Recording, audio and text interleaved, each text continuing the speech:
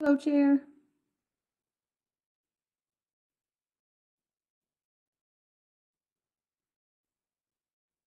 You're on mute. There we go. Hello. How are you? Did you get my email? I probably got it, but I haven't. Okay. So it has the it has the mission statement in it. Okay, great. All right, I'm going to go look for it right now.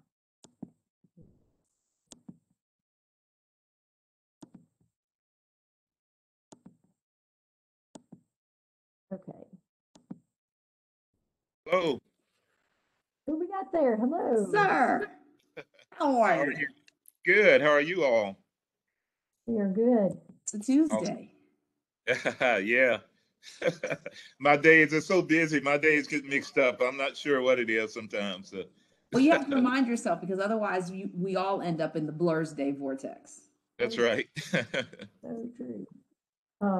We'll get another minute or two, and I just realized I got to get my statement. Okay. Thank you for joining us today. And so I don't want to mess your title up. Michelle, what is DC? Deputy Chief. I don't want to guess. Okay, Yeah, I don't want to Deputy guess. Chief. I don't want to be wrong. Okay. The chief said he needed backup.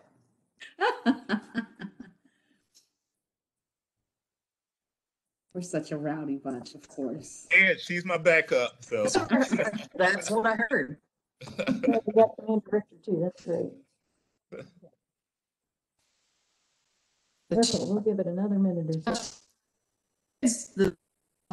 So Fine. I think it took all our energy. Where were you? that was so fun. Those kids, Taylor Stratton, those kids loved it. So yeah. They're good listeners too. It's always impressive. Oh God, yeah. We'll put out some stuff on social media about it, but they were truly excited. We gave them donuts and juice, and really good. So. That's a winning combination. You have a story read to you, plus you get snacks. A bunch of sugar, and then we get to leave. You know? Yeah, apparently they think donuts. They thought donuts was our favorite food, apparently. Yeah. Isn't it everybody's? That's great.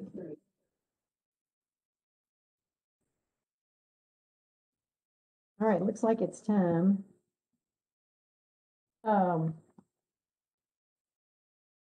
One more thing.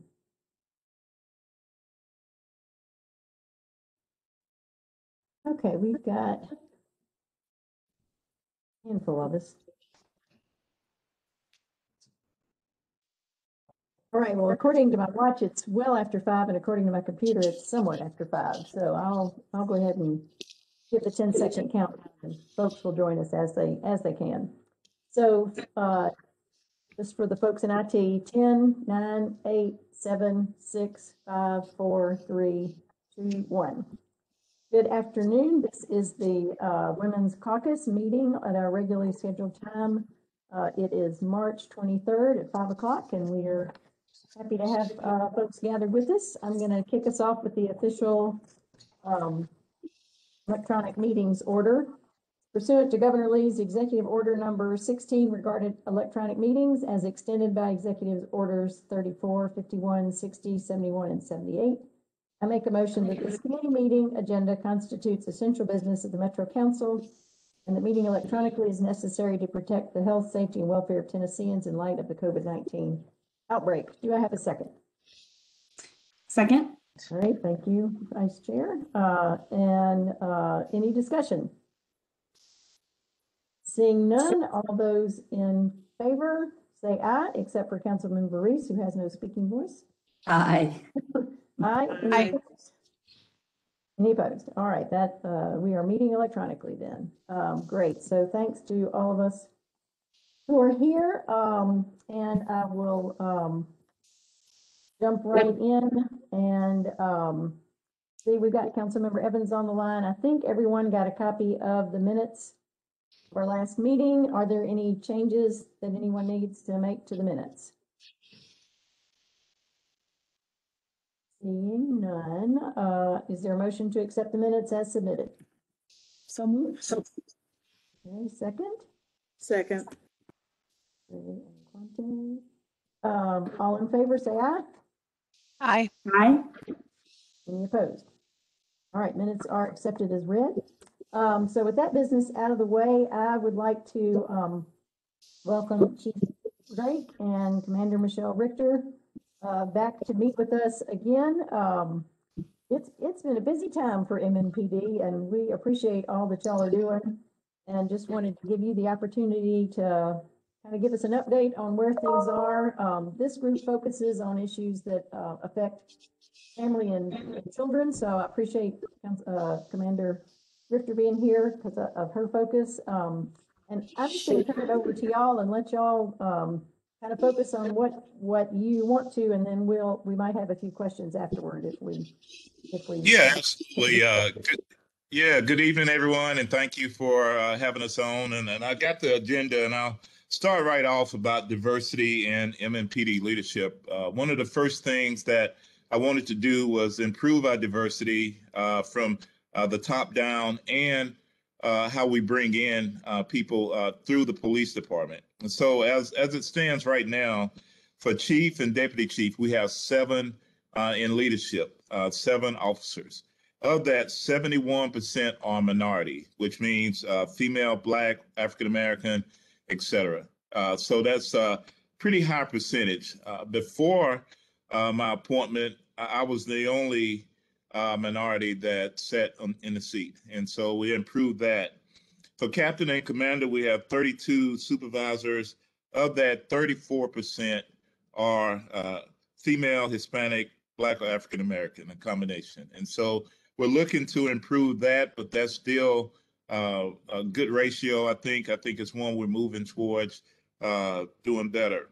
For sergeant and lieutenant is where the issues come in. It's only 18% out of 310 supervisors. So what I've done with that is I pulled together a recruitment unit of a diverse group of people, male, white, female, white, African-American, Hispanic, etc., all in the effort of being proactive in recruiting police officers. Historically, what we were was a reactive model. People would go to our website, sign up, and then we'd vet them. Now we're actively going out and recruiting them. I just signed a pledge. I believe Nashville is one of only maybe 25 cities that's doing the pledge for 2030, having 30% women by the year 2030. So we're committed to improving our diversity with women and minorities on the police department. In fact, I'm doing a video next week to highlight, myself growing up in East Nashville and all the things that I've done along the way. I'll be in plain clothes and then later in uniform. And that's going to go out as well to attract people. I just had a young man. I was in a meeting with Councilwoman Vircher, and we were leaving. This young guy ran up and wanted my card, and he's African-American. He wants to be a police officer. I have a friend whose daughter wants to be a police officer because she has seen me. And so people are excited about what we're doing. We're also having a lateral class, and prior to me, we tried to have a lateral class, and I believe in 8 months' time, we had 10 people that applied. Right now, in just a few weeks, we're over 50 candidates, and we'll have a lot more that are looking to apply. And it's very, very, very diverse field. And so my thinking is, as we bring in more diversity with women, with African Americans, Hispanics, et cetera, then not only are we building in at the base, but we can promote up through the ranks as well. And so I've been committed with that. We've been intentional about it, and I think in the long run it's going to be very good.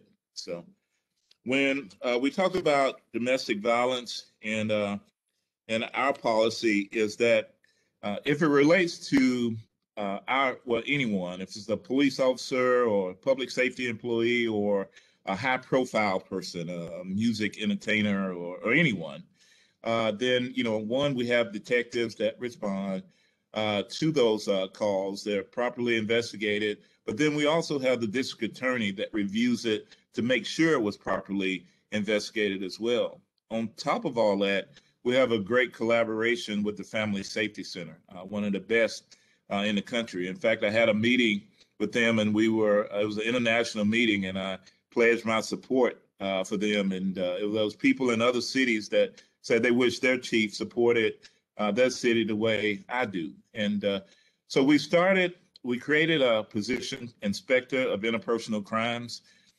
branch. And so what that is that inspector oversees the captain over the Domestic Violence Division, the captain over the Youth Services Division, and the captain over sex crimes and human trafficking, all with the theory of bringing all those disciplines together to have communications, to have better collaboration. And that way, we're hoping that it's not any gaps where people fall through. I don't know of any other police department that has this. They will once they see us, but I think I don't know of any other that has that.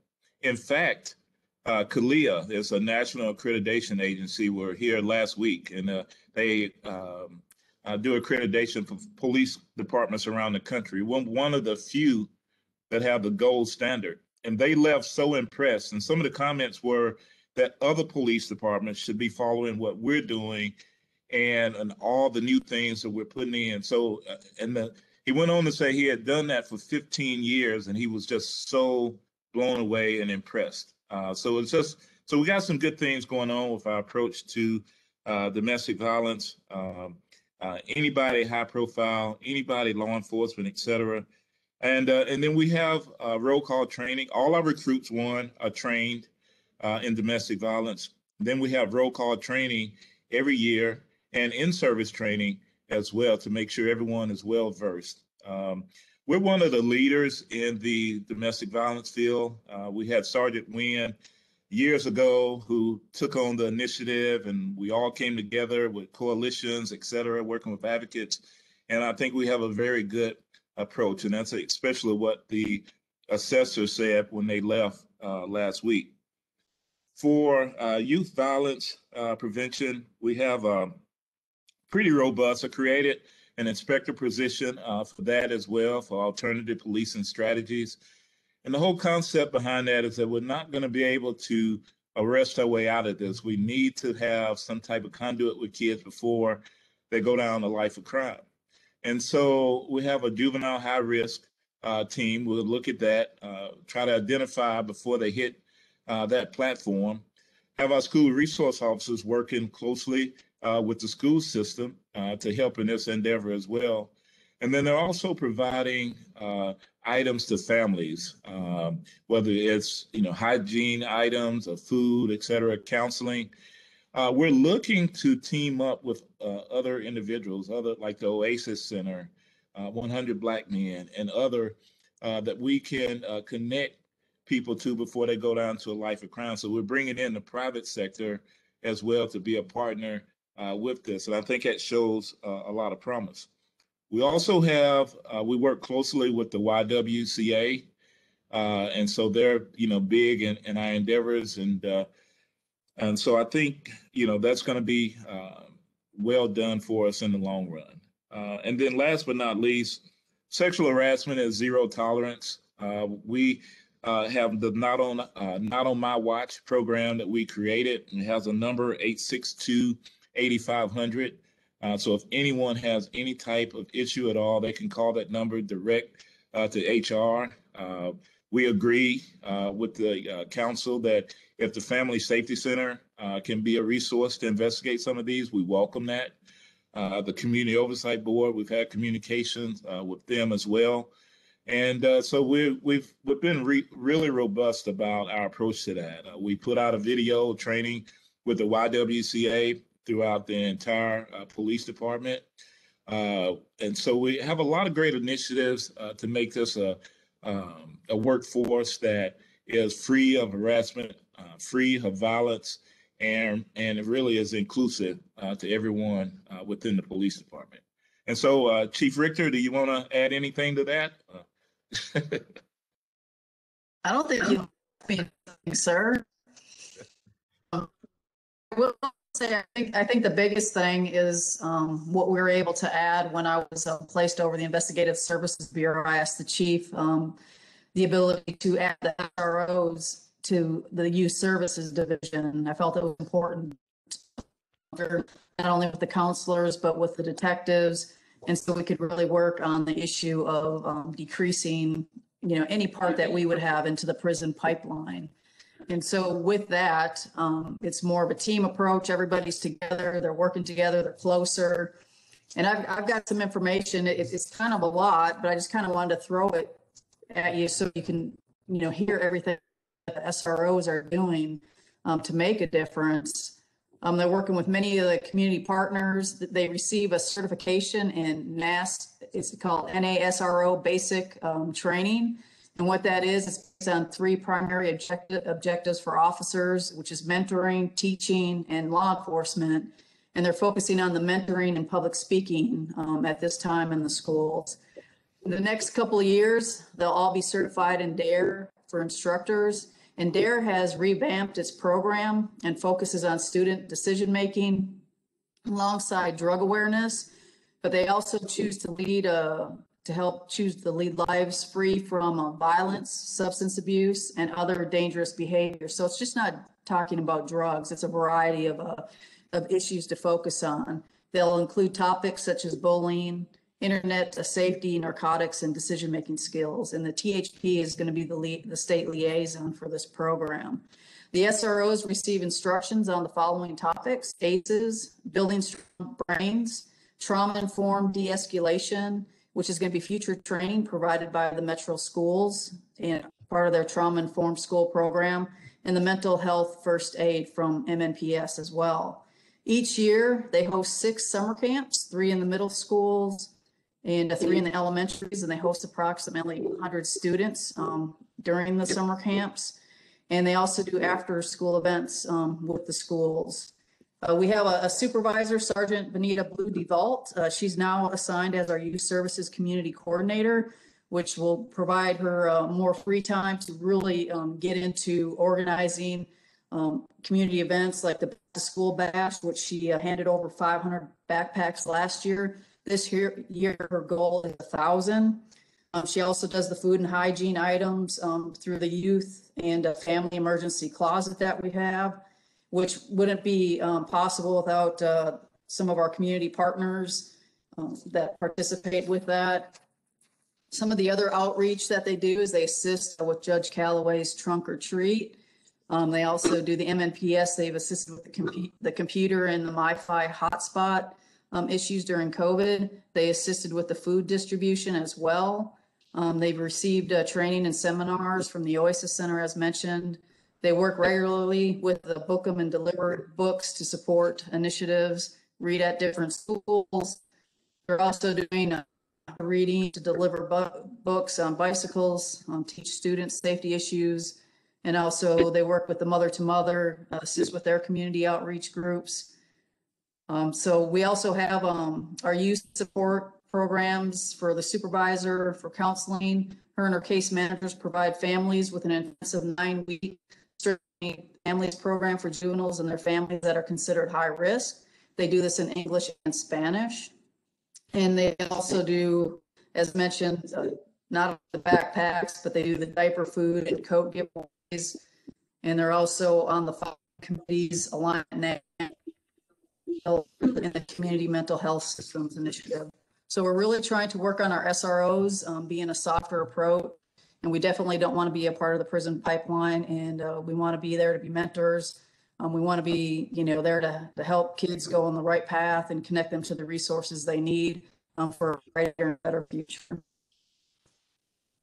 that they're working on. Thank you. That's amazing.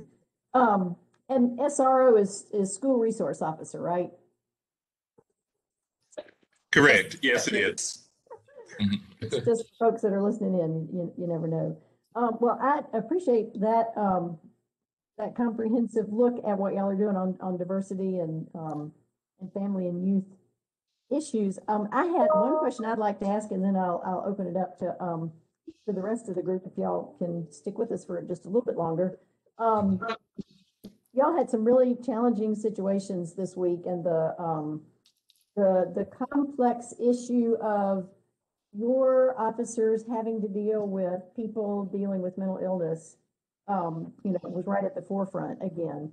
And I know, Chief Drake, that you've talked some about trying to put together partnerships with mental health professionals, just to try to figure out who in the world can deal with someone who's not rational, to try to make those situations come to the best possible ending. Can you speak a little bit to what possibilities are out there, and what's in place or nearly in place, and what else you'd be thinking about?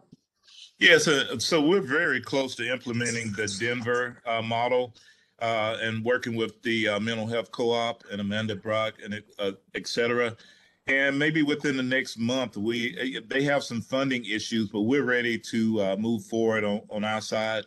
And maybe if we just partner, if they can stay within their budget, and we have people that we can allocate for this, we're wanting to move forward within the next month or so with this approach. And so that's Inspector Emhoff. That's one of the things that he's working on, is the co-response model. And he's been diligently looking at other cities, but Denver is really the best model. So we're really close, and really next week they should be presenting it to me, and so we'll just move forward from there. But we're extremely close to putting that into play. Gosh, I appreciate you looking at how other people do it. Can you tell us just a little bit about what their model looks like? I mean, who stands in front, or who's the lead on those really complicated ones? Yeah, so what they have is they have 5 mental health professionals that team up with officers who are specially trained. So when they have a call that goes out of that magnitude, then that person jumps in the car with the police officer, and they respond to the call. In Denver, they wear uniforms. I prefer to have plain clothes. Historically, what we've seen is when an officer arrives at the scene in a uniform, it escalates the situation. And so I prefer to train officers beyond the norm that we have now. They're trained for over 100 hours. The minimum requirement is 40, but they're trained to 100. We want to train them even beyond that, but still at that be secondary to the mental health professional. Just in case things go bad, they're there to help. We're also, I talked to our staff about looking at more less lethal options. The tasers that we have, if someone has a thick jacket on, et cetera, the probes don't connect, and thus renders it ineffective. There are tasers that cost more, but it's well worth the money if we have to get a better grade taser to be more effective. And so we're also looking at an option called a bolo wrap. It shoots out. It's just a net that goes around a person's legs or whatever, and they can't come towards you if they have a knife or whatever. And so we're exploring other options as well to put more into play to be able to deal with these issues. I think you're on mute. I couldn't hear you. Does anyone else? I don't see any hands up yet, but I'm checking, and I know Jen. Councilmember, Chair Allen, actually, yes. Councilmember Welsh, she can't raise her hand for some reason. Yeah. Gotcha. Okay, Councilmember Welsh, you're recognized. Thank you. I don't seem to have a hand. Can you all hear me? I hope so.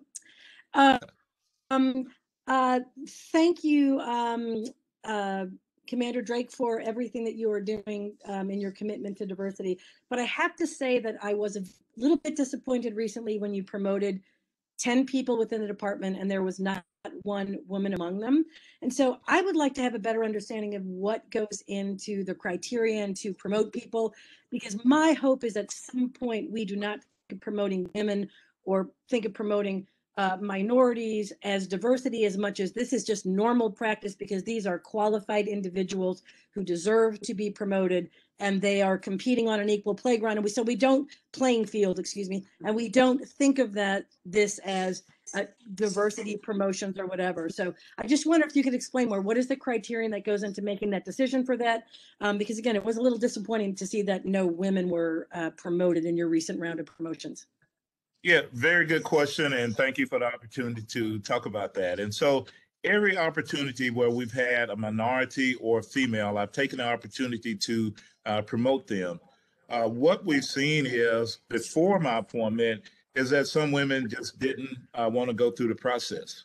We would only have a minimum number of applicants that would sign up, and then you go through a written examination, then you go through a scenario-based reality simulation, and then from that you're scored and you're ranked to be promoted in a band system. But whenever someone has been in a band and I can promote them, whether it's been deputy chief, been commander, captain, etc., I've done it. It just wasn't any available. But when we look at the new line of people that have signed up to be promoted, we already have over 100 for the sergeant's test and over 100 for the lieutenant's test. And prior to me, it would only be maybe 20 that would sign up for a lieutenant, maybe 30. It just wasn't many. They weren't excited about their chances. What I'm hearing now, and if you connect with the men and women of the police department, they'll tell you they're excited about my message is that we're gonna promote women. We're gonna be intentional about women and diversity, and we're gonna keep moving forward. My pledge of having 20, 30% women by 2030 is real, but also want to make sure that we promote all of that as well. And we're bringing in this lateral class is very diverse. And so it takes time to build. I stepped into it and we didn't have, that many candidates. They just didn't sign up. But I think this next round, we're going to see some really, really good stuff from that. Thank you. Yeah, and if I could add to what the chief is saying, I mean, he's made a message within the department, but I think people need to realize too is in order to take a test, there's certain criteria you have to be on for so many years, and there are some that just do not want to advance, and some of it's personal, some of it's due to having children, and there's other reasons, and we're actually asking people to do an evaluation just to try to get some feedback on that are in the band where they could take the test, but they didn't. We're trying to determine the reasons why they're not taking the test, just to try to get some feedback if there's something that we can work on to really mentor them to want to take the test. But just keep in mind, for some, they're happy in the jobs that they're currently doing, and they don't want to take that next step. But he's made it clear that that's the direction he's headed, and he's shown it currently. And I really Thanks for very much appreciate that. And I hope that we are consciously looking at anything that might be systemic that we're not necessarily aware of, that are actually removing the incentive for women and other minorities to actually take that next step, things that they, and we're rooting that out and making sure that it is a level playing field. So I appreciate very much what you're doing. Thank you. Yeah, absolutely. And when we did the evaluation, one thing that came out is that some people didn't have childcare. And so we've talked to Metro HR about how can we put together a system where we can provide childcare for our officers, maybe at an affordable rate, to help them in wanting to take the promotional exams. So we're looking at every option, and so It's a good one. Thank you. And Councilmember Van Rees has pointed out that Virginia Kerrigan was just appointed commander of the East Precinct. So there is some happening, just not that last round. So thanks for that clarification. Councilmember Henderson. Thank you, Chair, and thank you, Chief Drake and Sergeant Richter. I'm just so encouraged from what I'm hearing. I guess I'm coming up on 6 years of service, and I think many of the women on the council have been asking these questions in a variety of kind of different ways, but I'm really encouraged to hear all this kind of pulled together at one point. And so, appreciate all those previous efforts. Ms. Richter is always sending us really good information to council over the last few years, which we've always appreciated in the domestic violence space. Diane Lance's work and so forth. So all this is really, really great to hear. I really do appreciate, and I think we as a women's caucus, the 30% women by 2030, I think that's kind of a great, public goal to work toward. And to that end, could you help clarify a little bit? Because I know some of the percentages you were sharing with us at the top of this conversation were kind of an aggregated minority. So, African American, Latino, and women. Do you have sort of breakouts that are specific to women, whether they be, Black, white, Latina, that is just kind of women specific? So as you work towards the goal of 30% women, you said that 18% of sergeants and lieutenants are minority, but just where are we right now towards that 30% goal at each of our kind of stratifications of service? Yeah, so for that, I can actually send you that in a written document. I'll be happy to provide that for you. And, I think we've, the actual breakdown of women and African Americans, we didn't do, but we can provide it for you in writing, so. Okay, I appreciate that, because that's been a little difficult to quantify. I mean, absolutely have to be working on all these pathways, but just that women kind of specific number, because I think, we as a council body, right, 50% women, just like our city's 50% women, I think our police force will be so much stronger and better, and is great now, but when it reflects the community. And I think the more women that are involved actively in policing at all levels, it's such a benefit to the community. So I appreciate your leadership on that, and thank you both for being with us. Yeah, absolutely. We've been looking at that. And so, we only have 24 African-American females on the police department, and I find that to be unacceptable. We have 156 women total. That is a number that we need to increase. And then also we have 211 minorities total. So we've been intentional about that. We've been highlighting the women on our police department, called the Women of MMPD, showing the different roles that they're doing, the commitment and the things they're doing in the communities, and been very well received. There's been a lot of people excited about it now. Even the last class that graduated, the women that was on that class, they're excited to be a part of the team now. So it's just the beginning stages, but I think we're going to see some really good results on down the road and relatively soon. Thank you. Councilmember Stiles. Thank you very much, Chair. Thank you so much, Chief Drake and Deputy Chief Richter. I have two questions. One, can you explain what is a lateral class? And how many people are usually in these classes? So a lateral class are police officers from other agencies, whether it's surrounding counties or throughout the country. We have officers that are employed in agencies, and they apply, and it's just a lateral class. They come in, they fall under our training criteria, learn our laws, our objectives. They learn about our 3 core pillars, and it just it gives us a chance to recruit from other police departments. What we've seen in the past is that it took about 8 months to get 10 people to sign up for our police department. They just didn't want to be a part of it for whatever reason. But now people are excited about it. Over 50 people have signed up. I'm hearing there's going to be a lot more. They're fearing possible maybe some retaliation from their agency in other cities and states, et cetera, if they, want to leave, maybe they, to terminate their employment. Everyone doesn't have civil service requirements. So we're going to have a really, really, really good class coming up, and be approaching our maximum staffing, minimum staffing of 1511. And so really good. People are excited about what we're doing here. I actually had someone email me from London who wants to be a part of our police department. So some good stuff. Wow. Mm-hmm. May I ask one more question, Chair? Thank you. Yes. The juvenile high risk team, what are the methods that they're going to be employing to try and keep our youth from getting on the wrong Well, the first thing we did, we moved our school resource officers under our youth services division and work closely with Chief Richter and her team.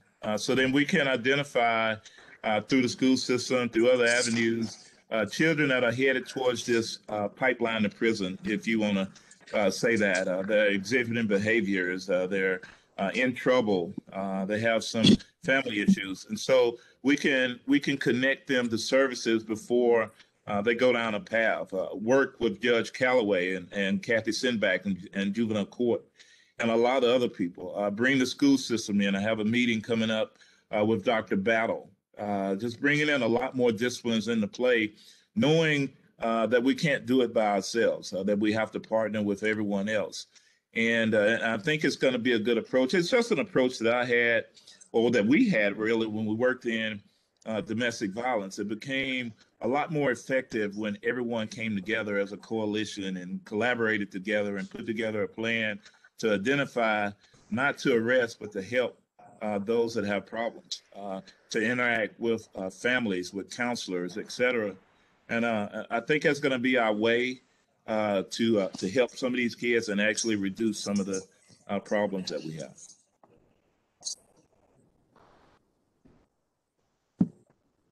Any other questions? Looking for hands. Councilmember Bircher. Thank you so much, Chair. Thank you so much, Chief, for being here. I got on late. I caught the end of Councilwoman South's question. And if you haven't, if you can, just in that same vein, if you can just talk a little more about, and I don't want to steal your thunder from you, about what you've done in the space of recruitment. Yes, that's a good question. What you did that wasn't done prior. I'm trying to lead you, Chief. I don't want to steal your thunder. Yeah, so several things that we've done. Historically, when someone wanted to sign up for the police department, it was a reactive system. They would go to our website, metro.gov/police, fill out an application and get vetted, et cetera. So we pulled a team, a very diverse team, to be proactive in recruiting officers. So we also, our background and recruitment section, to make sure we vet officers properly. We're doing full-time officers, and with just 3 of the part-time officers that were there that were really, really, really good. And that way, as we bring in people, we vet them a lot better as well with full-time people. And with that, then we train. We bring them into the academy, and we go over all of our ideals, diversity, inclusion, bias training, all these things, all with the effort of making a better officer. We've been intentional about our recruitment efforts. I've said it to everyone, been intentional about having women, intentional about having minorities, doing videos, doing social media, in the media, doing everything we can to draw. There's more people signing up now than ever. There's more people signing up to take the promotional exam than ever. There are people that are excited. The men and women, especially our women, are excited about the opportunity and my message and my vision for them. And so we'll see. I mean, it's just an exciting time for our police department. Hopefully we can move forward. When the assessors came, they were so impressed with all that we were doing. The guy was like, he's done this for 15 years, and other police departments should look at what we're doing. So we're doing a lot of good stuff. We're just in the initial stages, but it has a lot of promise. So.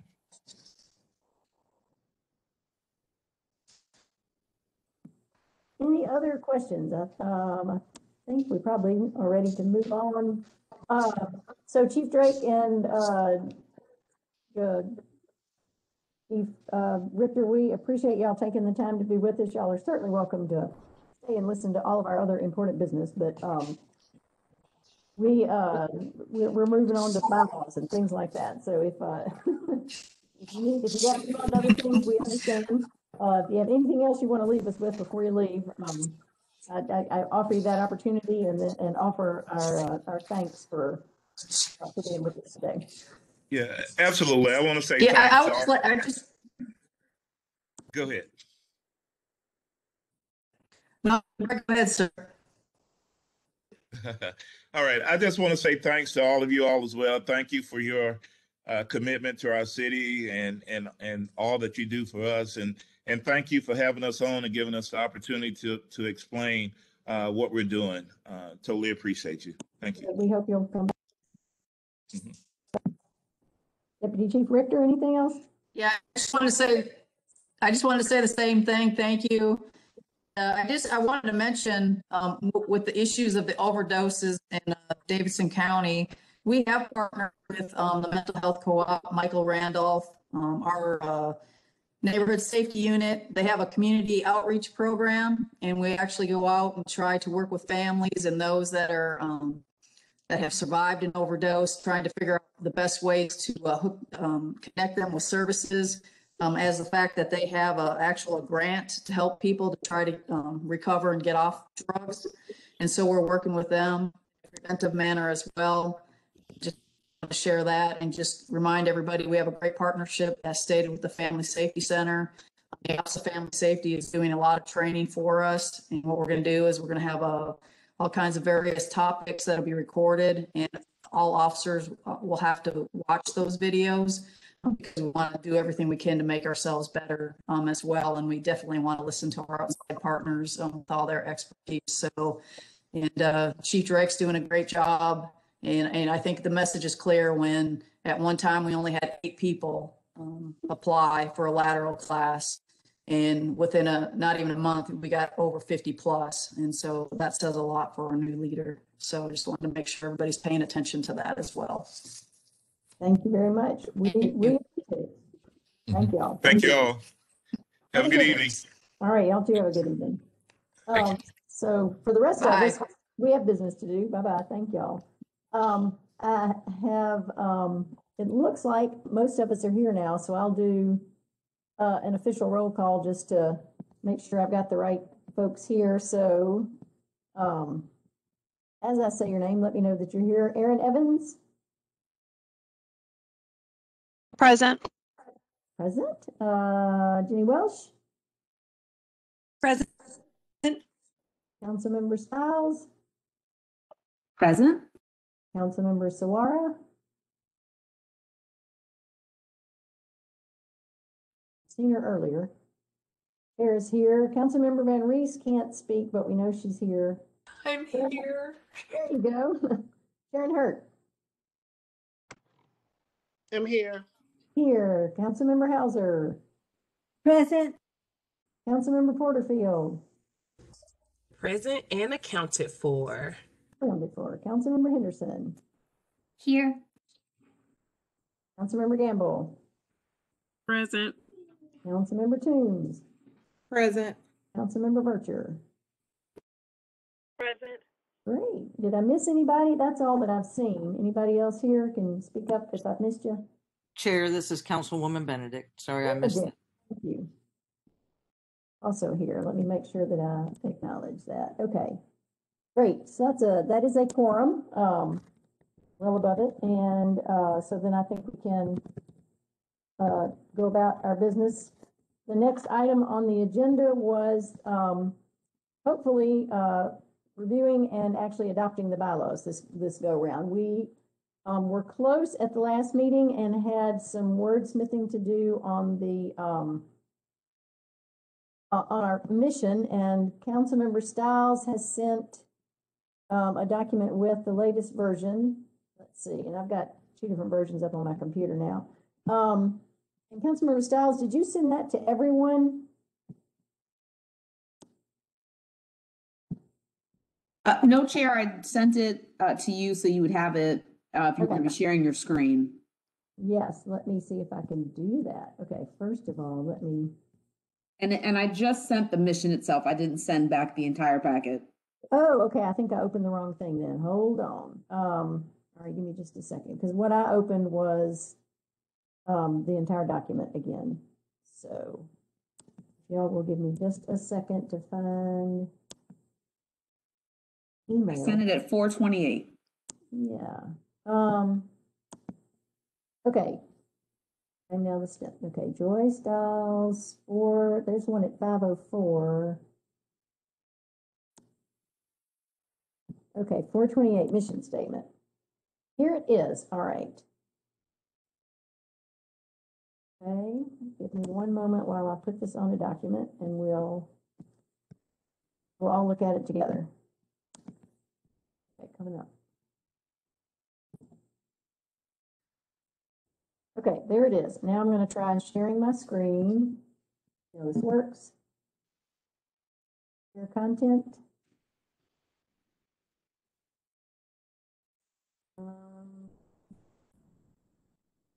Might be it right there. Okay, I see it. Do other people see it? It just came up, yes. Awesome. Okay, so this is the proposed mission statement based on the work that was done last week, last meeting.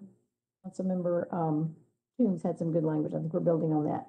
The mission of the Women's Caucus of the Metropolitan Council of Nashville is to ensure that the council responds to issues affecting women, children, and families. To achieve these objectives, the Women's Caucus will seek to create opportunities that will protect the safety and security of women through education, empowerment, and action.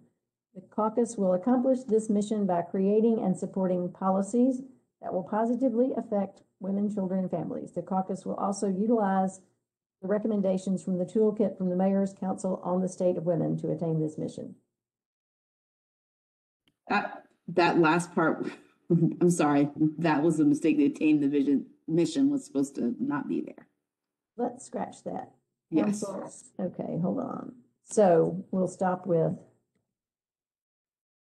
we'll utilize the recommendations from the toolkit from the Mayor's Council on the State of Women.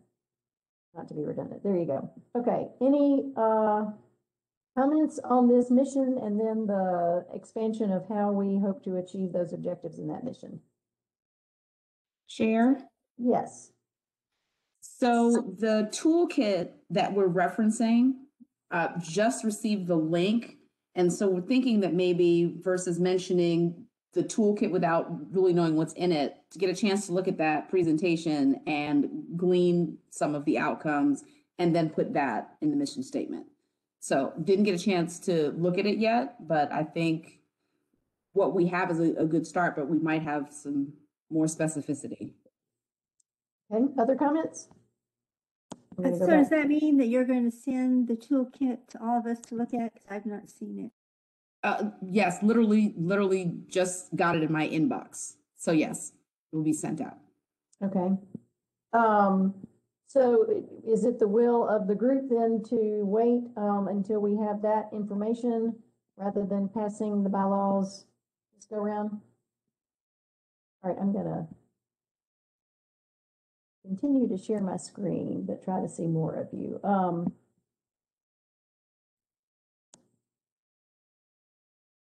right, I'm looking for hands, which I can't see now. Does anyone else have a view? Chair, Councilmember Vercher's hand is still up. I'm not sure if it's an old hand or not. Councilmember Vercher, do you want to be recognized? Yes, I do. Thank you, Chair. Great. And just a question about the Mayor's Council on the state of women. I can't recall.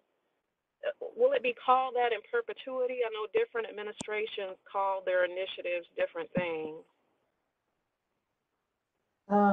That is a good question. And Councilmember Van Rees is our resident expert on that council. I would ask for her input and then also note that just having bylaws in general that can be adapted as new members come to the caucus will be a great accomplishment to do that. No, I was just asking if the expectation is we change it every time the administration changes the naming of the initiative. Yeah, and I don't know if that toolkit will endure, so we may have to change what we're referring to. Nancy Chair, may I follow on Councilor Vercher's question, or just amplify that a little bit, maybe before Councilor Van Rees responds, if she can. I know she's having some difficulty with her voice, but that was a concern that I had as well. I want to absolutely respect and appreciate the work of that council. That said, to Councilor Vercher's point, those of us who are in our second term know there is an ebb and flow and a council for this and and that's at the privilege kind of the mayor. And so whether that will continue, beyond us. And then I also think, I'm delighted to see the toolkit and actively engage with it and use it as a caucus in our term. But I think toolkit is kind of a jargon kind of word. I'm hoping with the mission that we can really have something that will stand the test of time that's pretty simple. And then in any particular term, absolutely elevate, print, and share.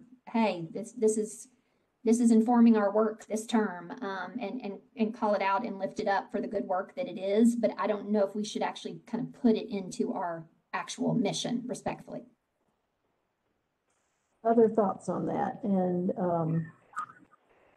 again, if someone can see the chat, which I can't, but I did see that Councilman Van Rees had typed an answer. Councilmember Van Rees said that Mayor Briley called it the toolkit and Mayor Cooper kept it. The committee has not met since the report was given and will not meet unless the mayor requests it. She said the recommendations are set. You could say as set in the report of 2020. And I know Councilmember Henderson expressed not concern, but a thought certainly of using toolkit, which is why I was saying perhaps we need to look at what the presentation was, and maybe there are aspects of that we can pull out and we don't have to use toolkit at all. Maybe there are just some ideas in there that work overall for the mission statement. Yeah, Chair, can we just say work with our local liaisons and national and state liaisons too? That's more in alignment with other groups such as women in municipal governments as well too.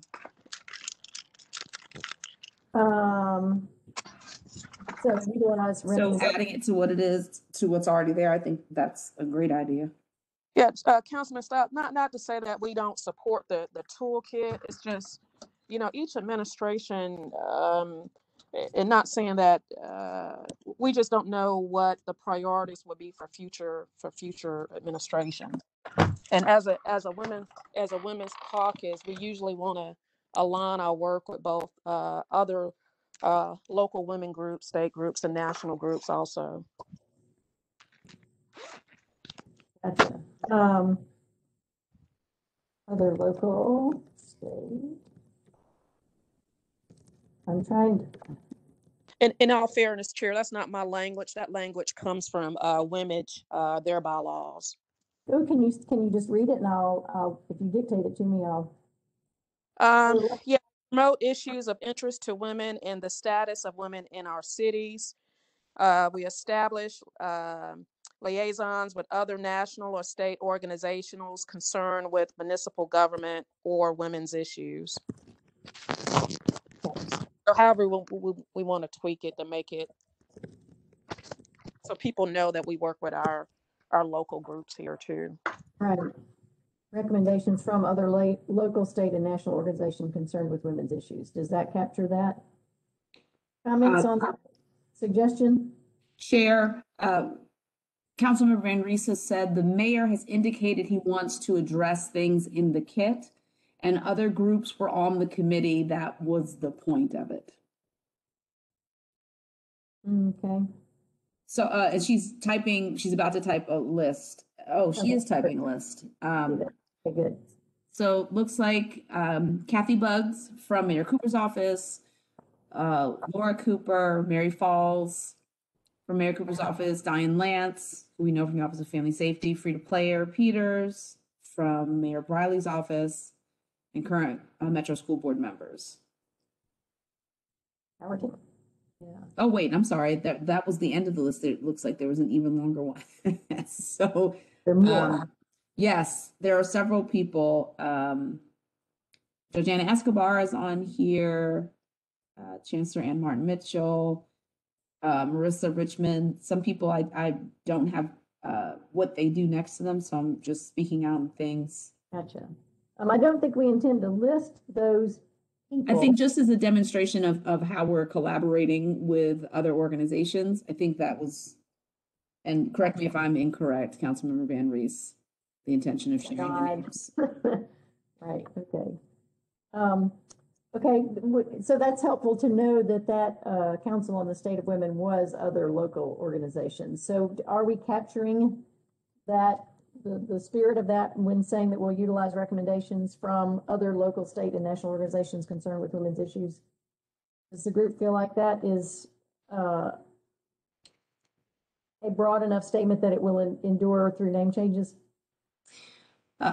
Chair, if I may, I'm wondering if, and we're having this dialogue and realizing that there might be some other aspects that we want to add, that we may want to watch the presentation first. And I think even perhaps before we come back together next month, get a chance, shoot some ideas of tweaking this. So then when we come back to this, we really are voting, because the majority of it has been completed.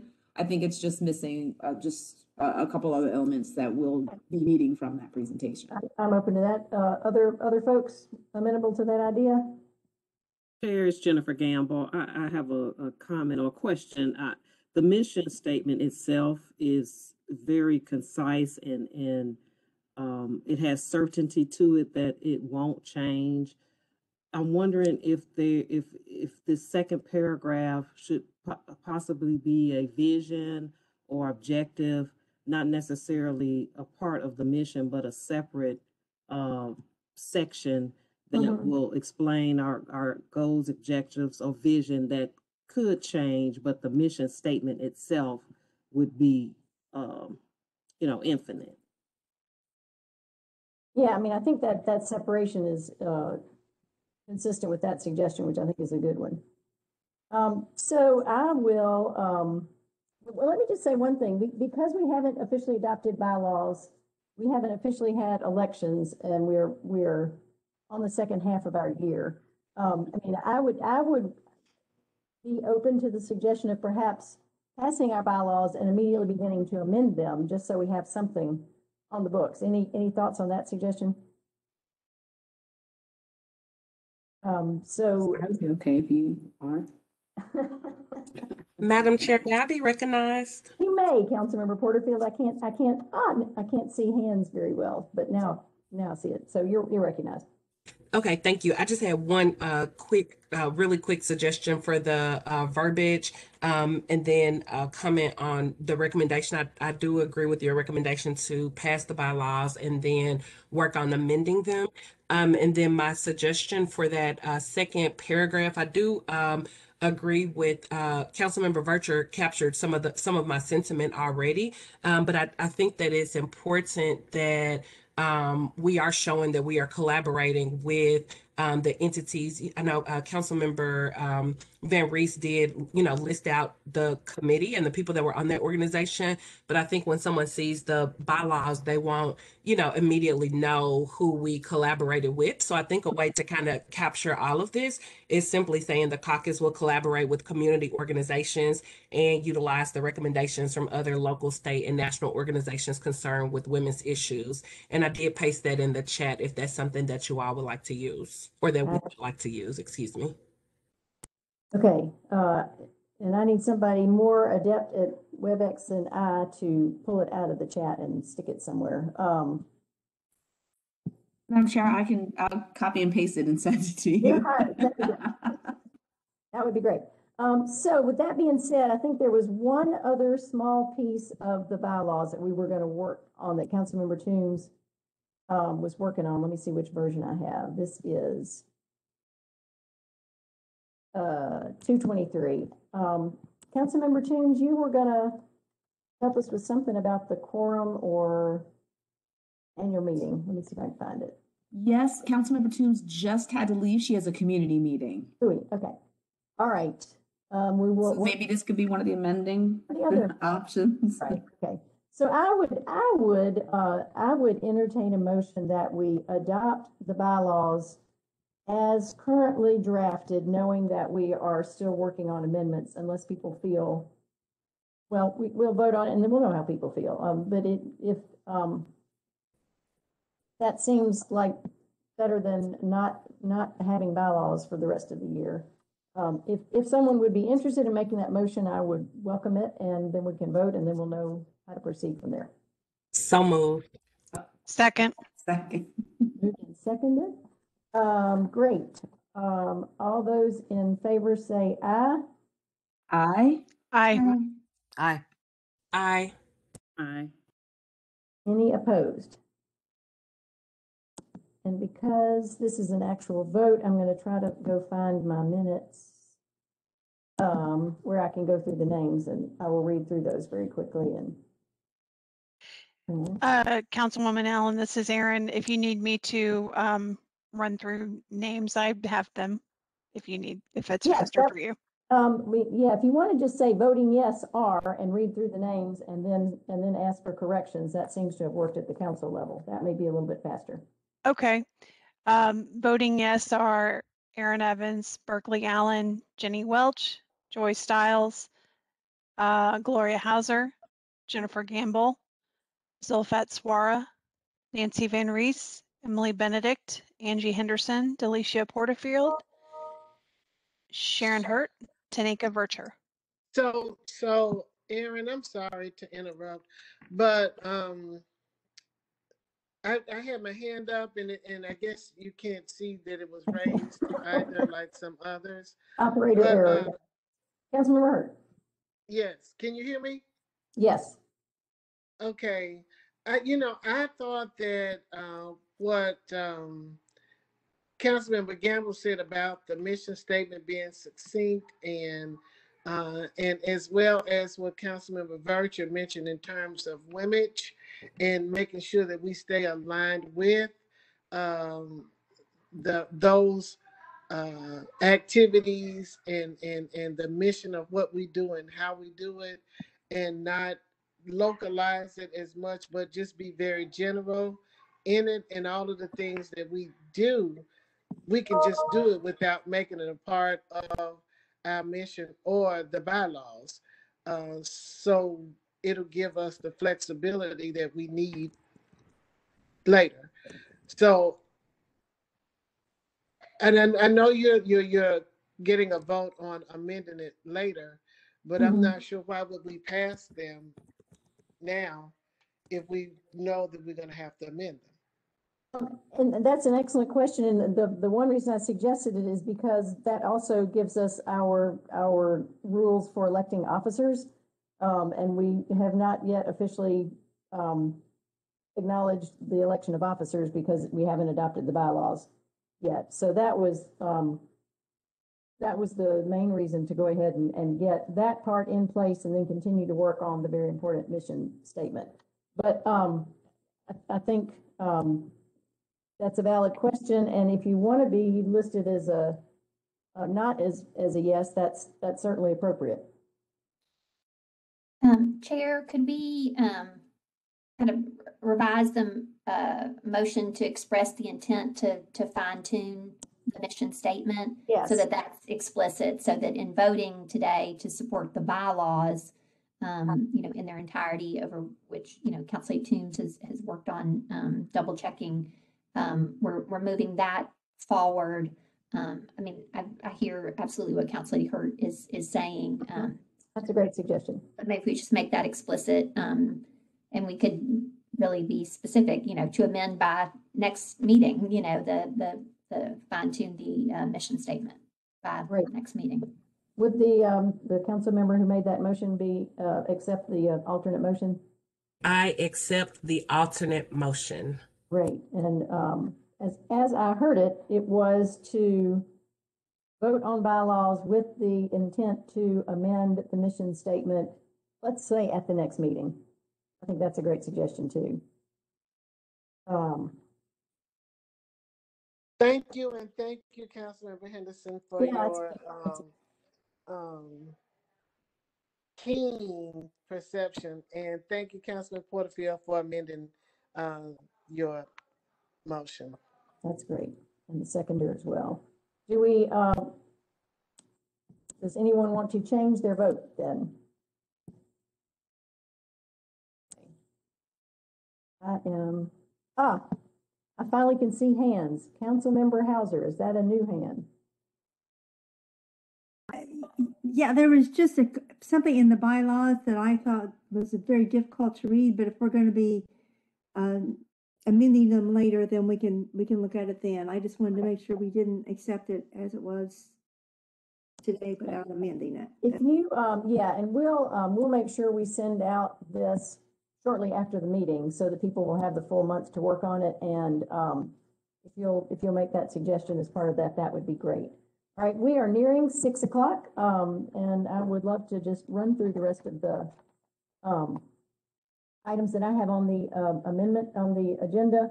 Next month, we have Shannon Hall and Diane Lance coming back to kind of close the circle on the suggestions that we made to their process and to see where they are in that.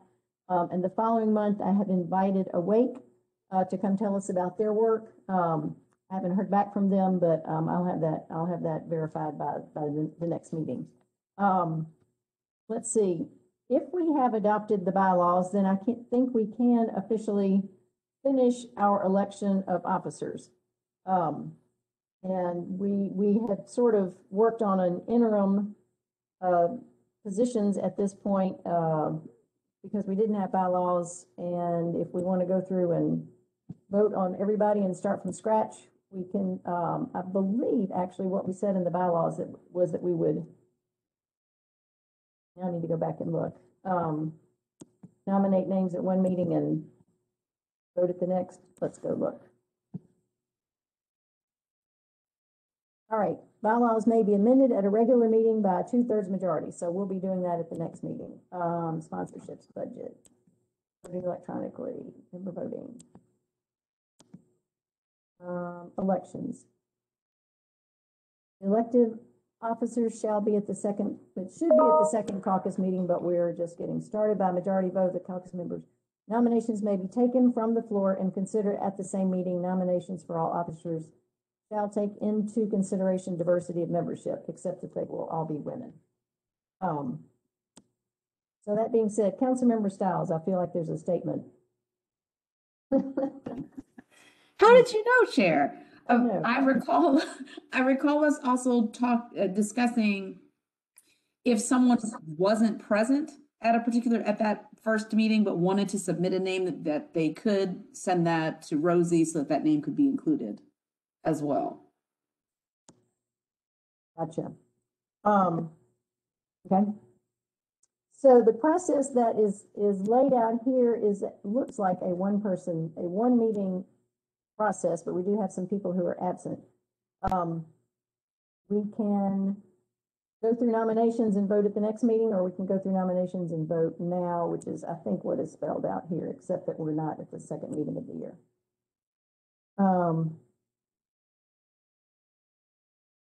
So that being said, let's just run through them real quick.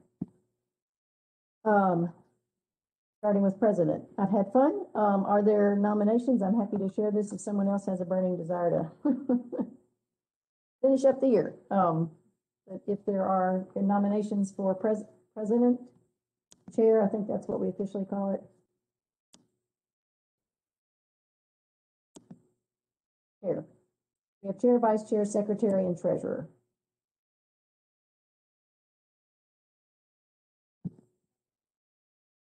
Seeing no one jumping at the bit, I will self-nominate because I've gotten this down to a science and happily make a speech if I need to. Are there other nominations? All right, I have learned how to figure out, anybody having trouble raising hands? I second your nomination. Thank you. Appreciate that. Okay, it's been moved and seconded. Any other nominations? Don't think so.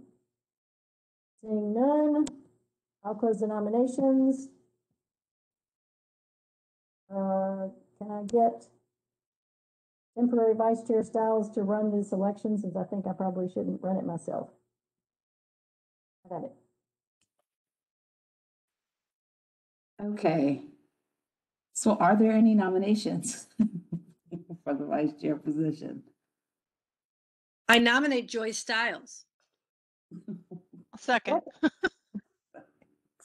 Any others? I accept. Great. Are there any others? Hearing none, all those in favor? Aye. Aye. Aye. Aye. Any opposed? All right. Councilmember Evans, can you read through the names real quick? Yes. Ayes are Aaron Evans, Berkeley Allen, Jenny Welsh, Joy Stiles, Gloria Hauser, Jennifer Gamble, Nancy Van Rees, Emily Benedict, Angie Henderson, Delicia Porterfield, Sharon Hurt, Tanika Vercher, Jenny Welsh. Any corrections to that?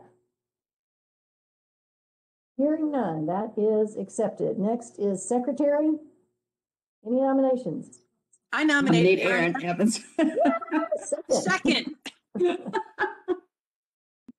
I would say a secretary has to be a self-nomination. Like, you cannot put that on somebody. That is just not fair. We should on the bylaws. Secretary has to self-nominate. I'm happy to be the official minute taker, and I will accept the nomination. Thank you. We are You grateful. are too kind. Thank you, Erin. Yes. Any other nominations? Seeing none, seeing no hands, all those in favor say aye. Aye. Aye. Any opposed? All right. Secretary Evans, if you will read through the names. Sure. Ayes are Aaron Evans, Berkeley Allen, Jenny Welsh, Joy Stiles, Gloria Hauser, Jennifer Gamble, Nancy Van Rees, Emily Benedict, Angie Henderson, Delicia Porterfield, Gloria Hauser, already said Gloria, Sharon Hurt, Tanika Vercher, Jenny Welsh. Any corrections to that? All right, seeing none, you are elected. And I believe we do have an official treasurer spot in our bylaws.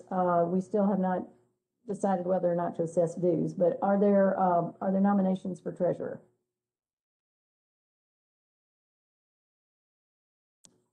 And I would nominate Councilmember Toombs, but we should give her a chance to to accept or not. Are there other nominations? I'd like to nominate Councilmember Porterfield. Ooh. Second? Is there a second? Councilmember Porterfield, would you be open to that possibility?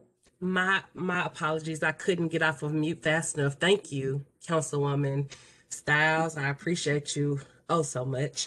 I would accept the nomination if Councilmember Toombs declined the nomination, if that's okay and within the protocol. Okay. I think that will leave us then at suspending this one until the next meeting where we can check that with Councilmember Toombs. And we'll go from there. Does that sound like a plan? Or if y'all just want to do it today, I don't mind. I'm okay either way.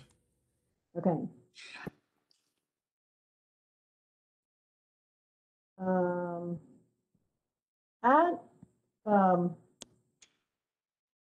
I say let's, if it's okay, let's since we have thrown two names out there, let's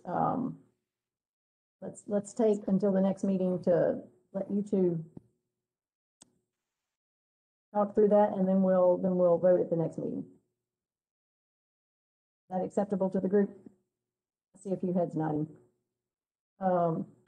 Frankly, I believe that Councilmember Toombs is going to be very, very busy serving as chair of the Budget and Finance Committee. And she also has two small children at home.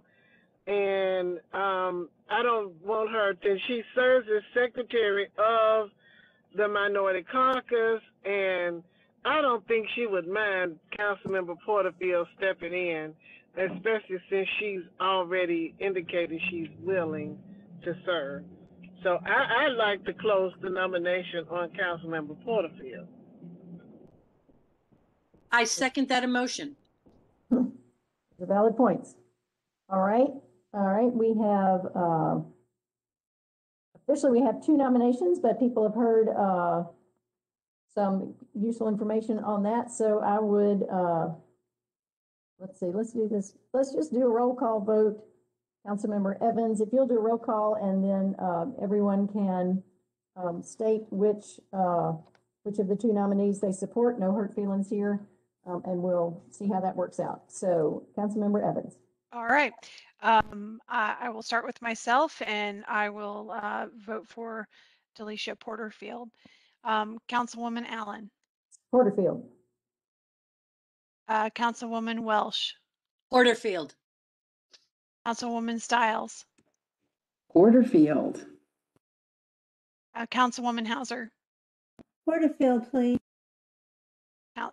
Thank you. Councilwoman Gamble. Porterfield. Councilwoman Van Rees. Porterfield. Oh, good job.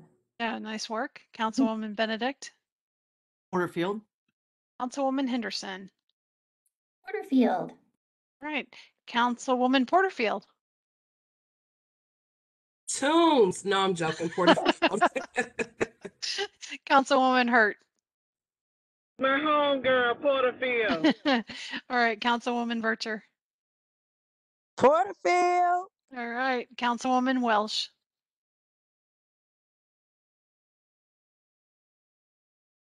Councilwoman Welsh. Did she get 2 votes? I thought I voted. Oh, did I? Porter- I'm sorry. I apologize. Thank you. I like to name Gloria and Jenny Welsh twice. So thank you very much. And you've got Porterfield. Thank you. All right. So we were unanimous for Porterfield. Great. Okay, it is unanimous. Thank you. Thank you for the good discussion. I think that's a rational conclusion. So that is election of officers.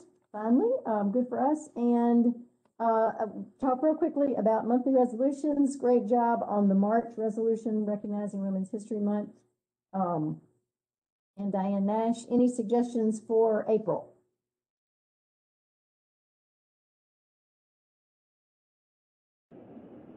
This is not necessarily just a women's issue by itself, but I've already submitted a resolution in opposition of the state legislation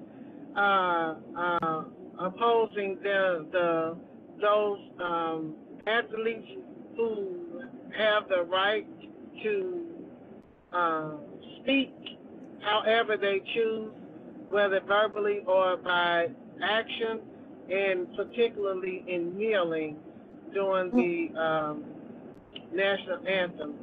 So there are women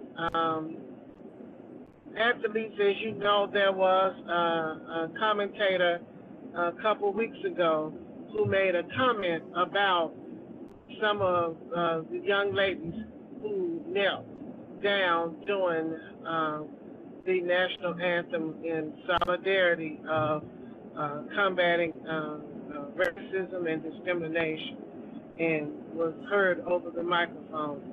So in response to that, I am opposing that because it does include women athletes as well.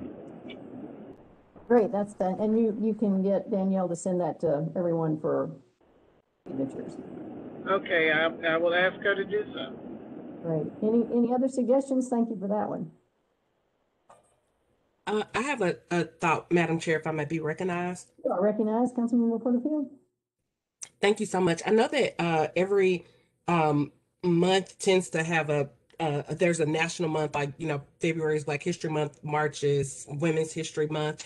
My thought would be if we, figure out what we want to do for April, but then also moving forward, if we want to go ahead and establish maybe a calendar of a theme for each month, so that we can maybe get a little bit ahead of the resolutions, so that we're right. Not scrambling to figure them out. So for the month of April, some of the ones that I pulled up are National Autism Awareness Month, Arab American Heritage Month, Mathematics Awareness Month. Will be great to honor a woman mathematician. Yeah. Keep America Beautiful Month. Those are just a few. Celebrate Diversity Month, Black Women's History Month, Alcohol Awareness Month. So those are just a few for this particular month, if we want to maybe glean from that list and pull someone. Yeah, that's a good suggestion. And if you would be willing to think about May ahead of time so that we could maybe, like you said, get a jump on it, because we've already missed the first meeting of April. I will do, Madam Chair. I'll actually pull a list from now to December, if that's okay, and send it Yeah. over to you. And then if you can do with it as you please. That'd be great. That'd be great. We'll send list. Okay, awesome. It is also International Dark Skies Week, the first week of April. So I'll I'll have a resolution on that one if anybody wants to sign on to that one as well. Great. So I know that the mayor's office was featuring women. Oh, I had suggested to the mayor's office that just as they did this year for Black History Month, featuring a different person every day, that next year they feature a different woman leader every day in March. And they seemed interested in that. So that's just something long range, really long range for us to be thinking about, is to come up with a list of women, you know, and as many local women as we can think of. Be ahead for that. Okay. We have kind of our ongoing list of key issues that we focus on. I don't know if anybody has anything dealing with those they want to talk about before we adjourn. This, the one thing on my mind is just the vaccine rollout for COVID. Is there anything that this group wants to address related to that? Because that seems to be one of the hottest topics, just related to family health and that. Thoughts or suggestions? Looking for hands. I do have one, Madam Chair. Yes, ma'am. Councilmember Porterfield. Thank you. I think in the spirit of what we're saying with the Women's Caucus, focusing on women and children and families, I think it will be helpful for families to get an idea of what the timeline could potentially look out for vaccines for children. I believe Pfizer is 16 and up, but for children under the age of 16, is my understanding that there are some studies being done. And I know they don't, I do not believe that there is a definite time frame right now, but I think it would be helpful for families as they're preparing for next school year to have an idea of, you know, are we potentially looking at over the summer? Are we looking at early fall, late fall, early 2022? So I think if we can get maybe any updated information on that, it will be helpful. Great. I will check with Dr. Wright on that. And Madam Chair? Yes. Councilmember Van Rees has put in the chat that the LGBTQ caucus is going to take up a conversation about a statement on the anti-trans bill at their meeting this Friday evening. Gotcha. So is that likely to become a resolution? I think she's typing. You can see that. I can stop sharing my.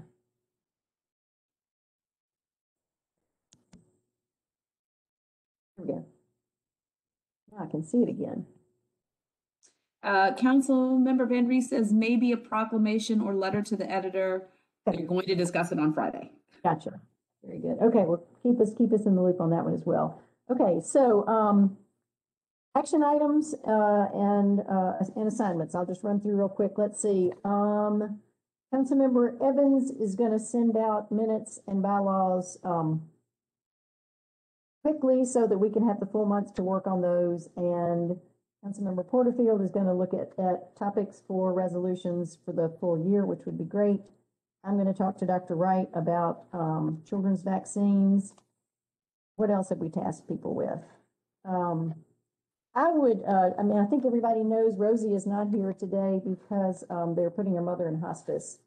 So just wanted to make people aware of that. If y'all want to send the card to Rosie, I don't know what kind of timeline we're talking about, but we need to keep both of them in our thoughts and prayers, and she may need some support in the near future on that. So just want to make y'all aware of that. Any other action items that I need to remind people of? Councilmember Scott? I do have a question. So in speaking about Rosie, just thinking about, as we're talking about having a treasurer as well and figuring out what, you know, our dues, doing things like this, sending flowers, sending cards, that kind of thing. I don't know what that looks like for us, but we probably should figure that out. Right. Good point. Or we could go with the Kathleen Murphy method of saying, I have done this, send me money. We want to be repetitive. I mean, because we are a constituency group within the council, do we want to continue to, do we want to repeat this and do it separate, or is this something that we just do as a council and let that be sufficient? Can I do it? You mean in terms of support for Rosie? Not necessarily support for Rosie, but in terms of giving things to fellow council members. So it's like, so you're going to get something from the Women's Caucus, the Minority Caucus, the LGBT Caucus, the Veterans Caucus, and the council. So, yeah. Yeah.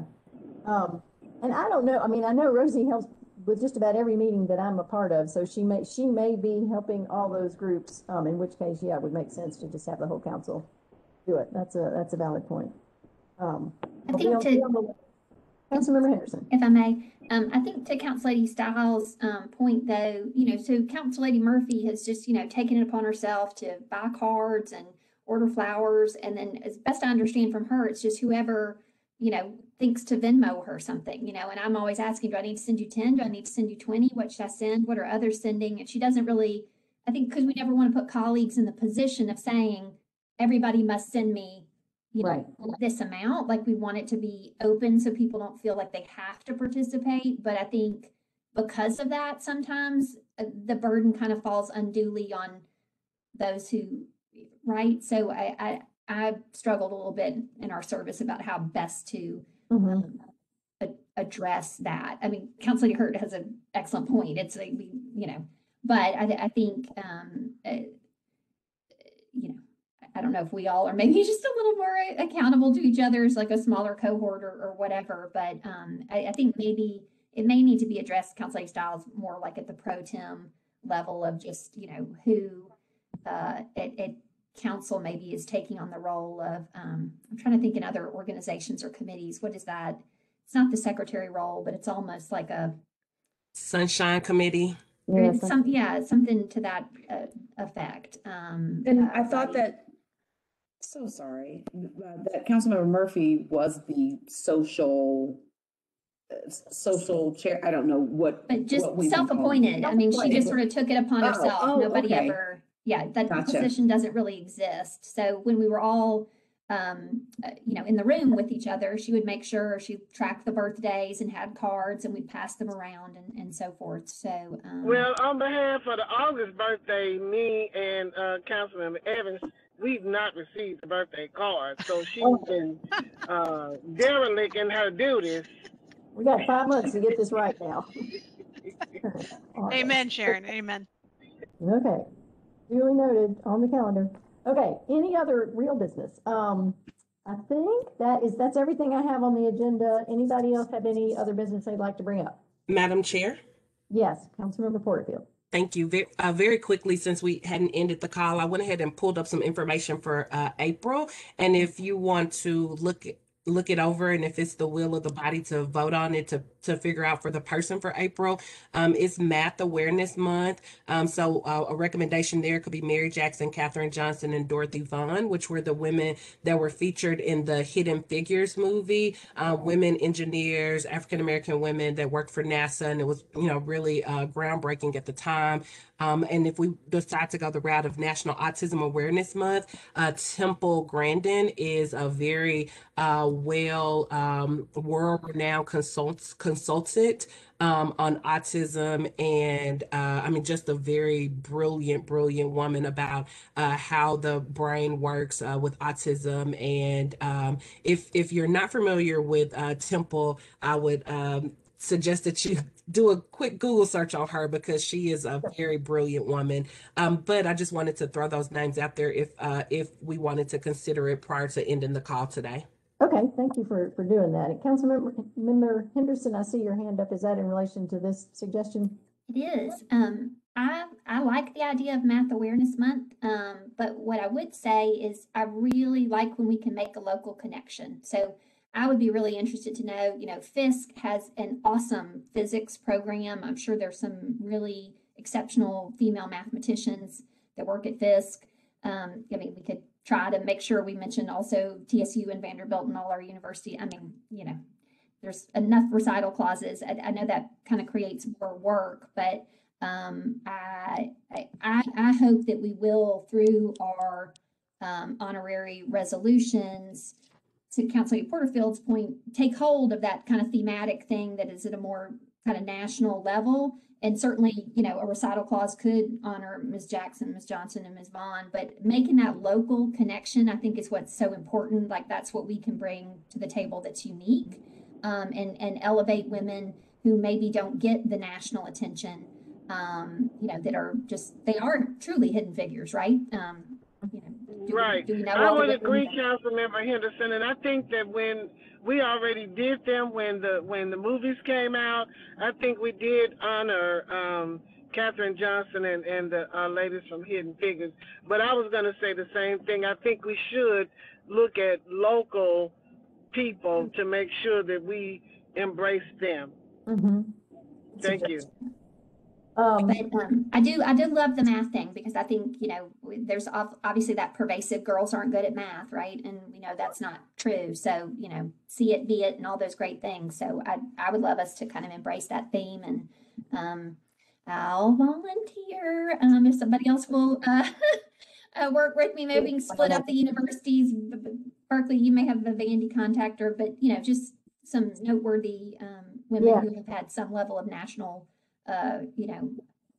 recognition, or not necessarily national recognition, but just done some compelling or interesting work in the space of mathematics, which is a very, very male-dominated field. Though, let me toot a little horn here. Bryn Mawr College, where I went to school, women's college, we graduate not just percentage, but numerically more physics majors and math majors than many other colleges. So, yay. It's the town, Councilmember Henderson. It's the town. As one of my college's 3 physics majors the year I graduated. That's It says the competing Wellesley graduate over there. Don't make me get into some Seven Sisters thing with you. Okay, this is good. All right, so that's one more action item that we will take care of. Any other items? Thank you so much, Councilmember Porterfield, for doing that homework on that. And we'll plan on having that one for the second meeting in April. Madam Chair. Right. Yes, Councilman.